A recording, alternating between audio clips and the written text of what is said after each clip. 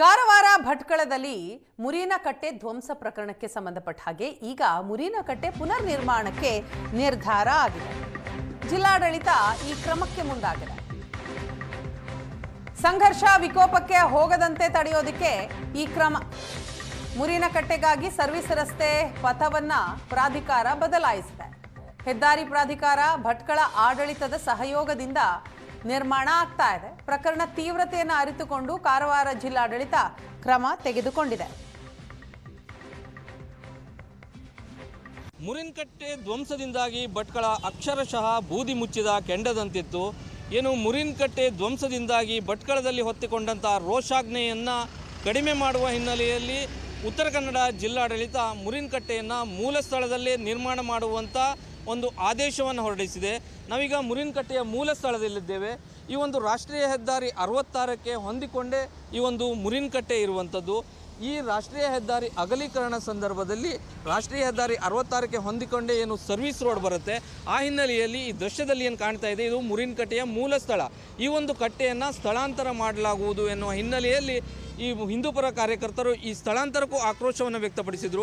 ಬಳಿಕ ಈ ಮುರಿನಕಟ್ಟೆಯ ಪಕ್ಕದಲ್ಲೇ ಒಂದು ನೂತನ ಪುನರ್ ನಿರ್ಮಾಣ ಮಾಡಿಕೊಡಲಾಗುವುದು, ನೂತನ ಮುರಿನಕಟ್ಟೆಯನ್ನು ನಿರ್ಮಾಣ ಮಾಡುವ ಹಿನ್ನೆಲೆಯಲ್ಲಿ ಆಶ್ವಾಸನೆ ಇತ್ತು.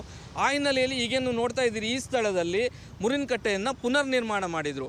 ಆದರೆ ಈ ಅಕ್ಕಪಕ್ಕದ ಜಾಗ ಮುಸ್ಲಿಮರಿಗೆ ಸೇರಿರುವ ಹಿನ್ನೆಲೆಯಲ್ಲಿ ಮುಂದಿನ ದಿನದಲ್ಲಿ ಕೋಮು ಸೌಹಾರ್ದತೆಗೆ ಧಕ್ಕೆ ಬರುವ ಸಾಧ್ಯತೆ ಇದೆ. ಆ ಹಿನ್ನೆಲೆಯಲ್ಲಿ ಇಲ್ಲಿ ಮುರಿನಕಟ್ಟೆಯನ್ನು ನಿರ್ಮಾಣ ಮಾಡಬಾರ್ದು ಎನ್ನುವ ಆಕ್ರೋಶವನ್ನು ವ್ಯಕ್ತಪಡಿಸಿದ ಮುಸ್ಲಿಂ ಸಂಘಟನೆಯರು ಅದೇ ದಿನ ಗುಂಪುಗೂಡಿ ಮುರಿನಕಟ್ಟೆಯನ್ನು ಸಂಪೂರ್ಣವಾಗಿ ಧ್ವಂಸ ಮಾಡಿದರು.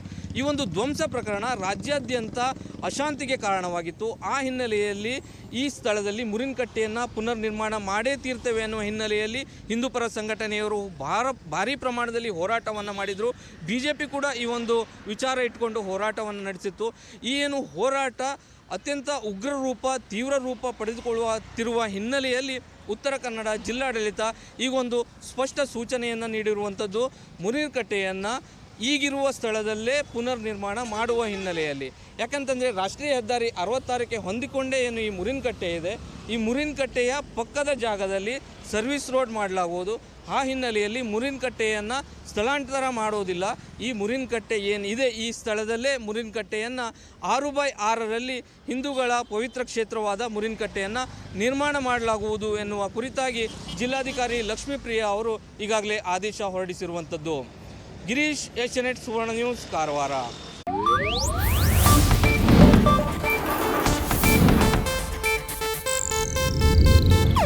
ಇದು ಏಷ್ಯಾನೆಟ್ ನ್ಯೂಸ್ ನೆಟ್ವರ್ಕ್ ಪ್ರಸ್ತುತಿ.